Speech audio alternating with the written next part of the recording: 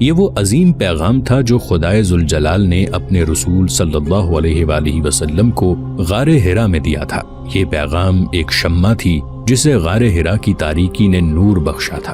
اللہ کے سوا کوئی معبود نہیں اور محمد صلی اللہ علیہ وآلہ وسلم خدا کے رسول ہیں، اور یہ بھی کہ کوئی انسان کسی انسان پر حکومت نہیں کر سکتا۔ محمود غزنوی کا نام زندہ ہے، عظیم پیغام زندہ ہے، سومناتھ زندہ ہے، ہندوستان کے وہ سارے مندر، وہ سارے بت کدے زندہ ہیں جن کے بت غزنی کے محمود نے توڑ کر باہر پھینکے اور ان کے پجاریوں سے کہا تھا کہ مٹی اور پتھر کے بت انسان کے خدا نہیں ہو سکتے، ان میں خدائی کی ذرا سی بھی رمق باقی ہے تو انہیں کہو کہ اپنے ٹوٹے ہوئے ٹکڑے جوڑ کر میرے جسم کے ٹکڑے کر دیں۔ جسموں کے ٹکڑے جڑ نہ سکے، محمود کے ٹکڑے ہو نہ سکے۔ محمود نے ان ٹکڑوں کے اوپر سے اپنی فوج گزاری، پیادہ بھی سوار بھی۔ اس نے تھانیسر میں بھی یہ مظاہرہ کیا، سومناتھ میں بھی کیا۔ برہمن کے خدا اسلامی فوج کے پاؤں تلے پس کر مٹی کے ذرے اور پتھر کے ریزے بن گئے۔ پھر محمود غزنوی دنیا سے چلا گیا۔ ہندوستان کے مندروں کی گھنٹیاں اور شنکھ بج اٹھے۔ برہمن نے ٹوٹے ہوئے بتوں کی جگہ نئے بت کھڑے کر دیے۔